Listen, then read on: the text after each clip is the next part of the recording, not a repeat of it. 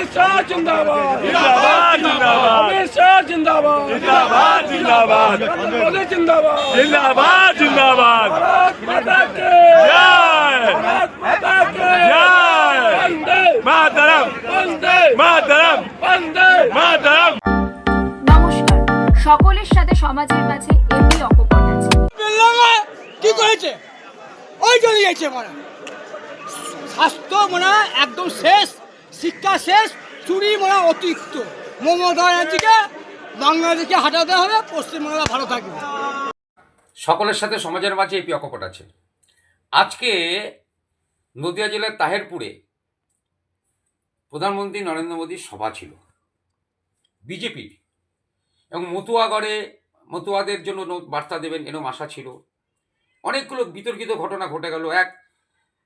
যে জায়গায় সভা হলো সেখান থেকে আমরা গ্রাউন্ড জিরো থেকে অনেকগুলো খবর দেখিয়েছি। পর্যাপ্ত জায়গা না পেয়ে প্রচুর মানুষ এসে তারা ফিরে গেলেন, ঢুকতে পারলেন না। আরও তারা হতাশ হলেন প্রধানমন্ত্রী যখন আসতে পারলেন না বলে জানা গেল। প্রধানমন্ত্রীর অডিও বার্তা আর মন্ত্রীকে সরাসরি দেখার মধ্যে পার্থক্য আছে। অনেকেই গেছিল প্রধানমন্ত্রীর সামনে থেকে দেখবে তিনি কি বার্তা দেন, দেখবে। রাজ্য রাজনীতিতে বিজেপির কতটা ব্যাকফুটে গেল না এগিয়ে গেল সেটা আগামী দিন দেখা যাবে। বিরোধী দলরা তারা সমালোচনা করা শুরু করে দিয়েছেন। এর মধ্যে আজকে তো একটা দুর্ঘটনা ঘটেছে, সকলেই জানেন। মুর্শিদাবাদের বড় যারা আজকে বিজেপির সভায় এসেছিল তাদের মধ্যে রেলে কাটা পড়ে মারা গেছে 3-4 জন। তারা সকালবেলা প্রাতক্রিয়া করতে গিয়ে রেল লাইনের উপরই ছিল, প্রচণ্ড কুয়াশা ছিল, দৃশ্যমান ছিল না, ভয়ঙ্কর একটা দুর্ঘটনা ঘটে গেল। তাই নিয়েও রাজনীতি চলছে, সে বিষয় নিয়ে পরে বিশ্লেষণ করব আমরা বা দেখাবো।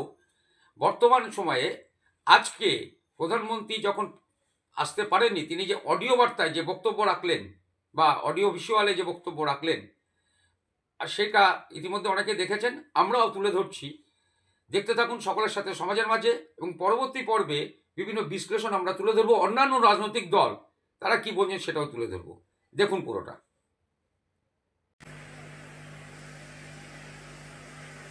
नमस्ते जी, জয় নিতাই। বড়রা আমার প্রণাম নেবেন। আমার সকল বঙ্গালী ভাইও বনেদকে আমার আন্তরিক শুভেচ্ছা। साथियों, सर्वप्रथम मैं आपसे क्षमा प्रार्थी हूं कि मौसम खराब होने की वजह से मैं वहां आपके बीच उपस्थित नहीं हो सका। कोहरे की वजह से वहां हेलीकॉप्टर उतरने की स्थिति नहीं थी, इसलिए मैं आपको टेलीफोन के माध्यम से संबोधित कर रहा हूं। मुझे ये भी जानकारी मिली है कि रैली स्थल पर पहुंचते समय खराब मौसम की वजह से भाजपा परिवार के कुछ कार्यकर्ता रेल हादसे का शिकार हो गए हैं। जिन बीजेपी कार्यकर्ताओं की दुखद मृत्यु हुई है, उनके परिवारों के प्रति मेरी संवेदनाएं हैं। जो लोग इस हादसे में घायल हुए हैं, मैं उनके जल्द स्वस्थ होने की कामना करता हूं। दुख की इस घड़ी में हम सभी पीड़ित परिवारों के साथ हैं। साथियों, हमारी सरकार का निरंतर प्रयास है कि पश्चिम बंगाल के उन हिस्सों को भी आधुनिक कनेक्टिविटी मिले जो लंबे समय तक वंचित रहे हैं। बराजगुली से कृष्णानगर तक 4 लेन बनने से नॉर्थ 24 परगना, नदिया, कृष्णानगर और अन्य क्षेत्रों के लोगों को बहुत लाभ होगा। इससे कोलकाता से सिलीगुड़ी की यात्रा का समय करीब 2 घंटे तक कम हो गया है। आज बारासात से बराजगुली तक भी 4 लेन सड़क पर काम शुरू हुआ है। इन दोनों ही प्रोजेक्ट से इस पूरे क्षेत्र में आर्थिक गतिविधियों और पर्यटन का विस्तार होगा। साथियों, नदियां वो भूमि है जहां प्रेम, करुणा और भक्ति का जीवंत स्वरूप श्री चैतन्य महाप्रभु प्रकट हुए। नदिया के गांव गांव में, गंगा के तट तट पर जब हरिनाम संकीर्तन की गूंज उठती थी तो वह केवल भक्ति नहीं होती थी, वह सामाजिक एकता का आह्वान होती थी। हरिनाम दिए जोगोद माताले, अमार एकला निताई। यह भावना आज की यहां की मिट्टी में, यहां के हवा पानी में और यहां के जनमन में जीवित है। साथियों, समाज कल्याण के इस भाव को हमारे मतुआ समाज ने भी हमेशा आगे बढ़ाया है। श्री हरिचांद ठाकुर ने हमें कर्म का मर्म दिखाया, श्री गुरुचांद ठाकुर ने कलम थमाई और बोरोमा ने अपना मातृत्व बरसाया। इन सभी महान संतानों को भी मैं नमन करता हूं। साथियों, बंगाल ने, बांग्ला भाषा ने भारत के इतिहास, भारत की संस्कृति को निरंतर समृद्ध किया है। वंदे मातरम ऐसा ही एक श्रेष्ठ योगदान है। वंदे मातरम के 150 वर्ष पूरे होने का उत्सव पूरा देश मना रहा है। हाल में ही भारत की संसद ने वंदे मातरम का गौरवगान किया। पश्चिम बंगाल की यह धरती वंदे मातरम के अमर गान की भूमि है। इस धरती ने बंकिम बाबू जैसा महान ऋषि देश को दिया। ऋषि बंकिम बाबू ने गुलाम भारत में वंदे मातरम के जरिए नई चेतना पैदा की। साथियों, वंदे मातरम 19वीं सदी में गुलामी से मुक्ति का मंत्र बना। 21वीं सदी में वंदे मातरम को हमें राष्ट्र निर्माण का मंत्र बनाना है। अब वंदे मातरम को हमें विकसित की पावन भावना ही पश्चिम बंगाल के लिए बीजेपी का रोडमैप है। साथियों, विकसित भारत के इस लक्ष्य की प्राप्ति में केंद्र सरकार हर देशवासी के साथ कंधे से कंधा मिलाकर चल रही है। भाजपा सरकार ऐसी नीतियां बना रही है, ऐसे निर्णय ले रही है जिससे हर देशवासी का सामर्थ्य बढ़े, आप सब भाई बहनों का सामर्थ्य बढ़े। मैं आपको एक उदाहरण देता हूं। कुछ समय पहले हमने जीएसटी का बचत उत्सव मनाया। देशवासियों को कम से कम कीमत में जरूरी सामान मिले, भाजपा सरकार ने सुनिश्चित किया।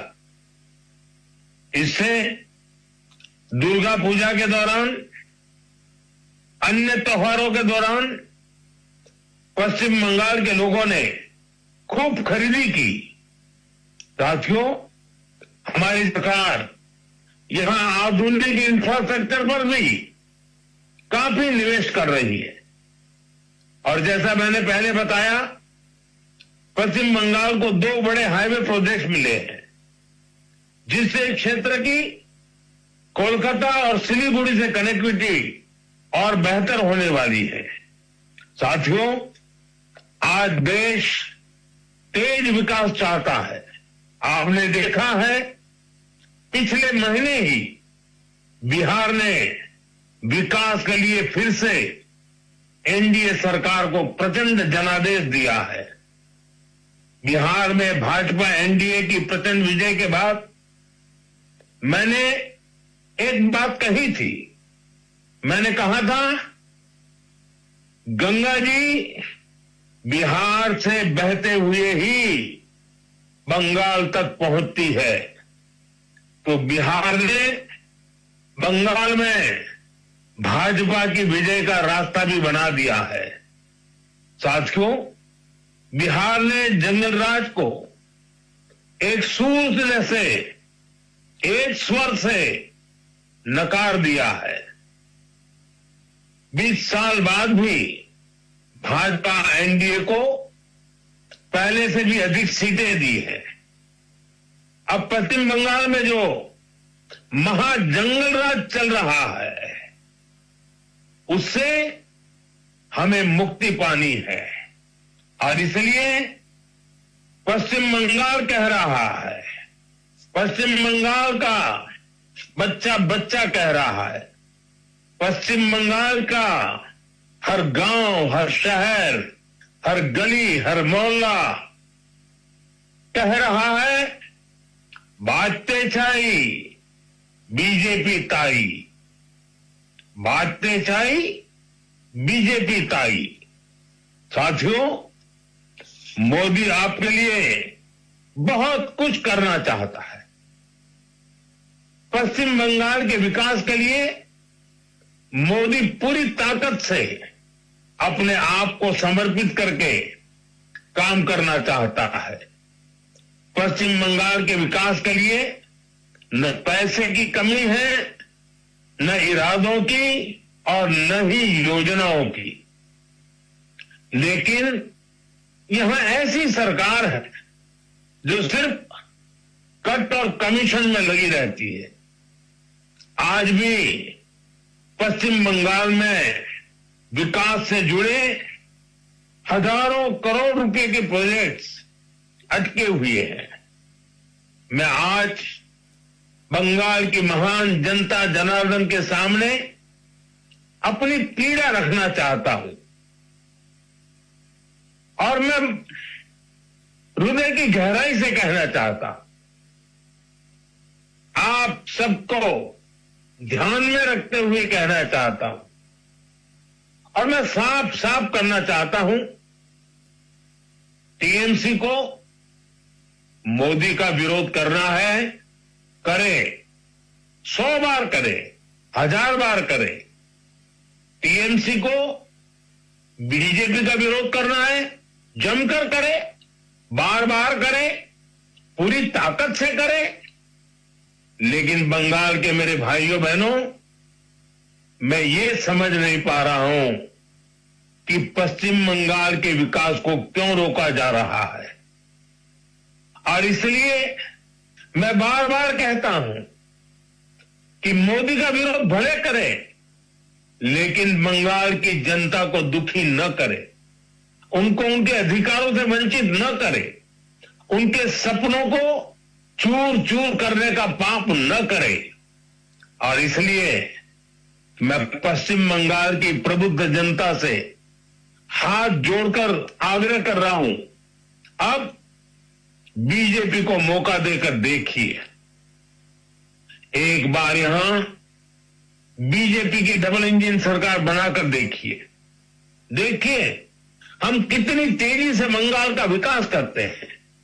साथियों, बीजेपी के ईमानदार प्रयास के बीच ये लिखा जाता कि गो बैक घुसपैठिए, गो बैक घुसपैठिए, लेकिन दुर्भाग्य देखिए, गो बैक मोदी के लिए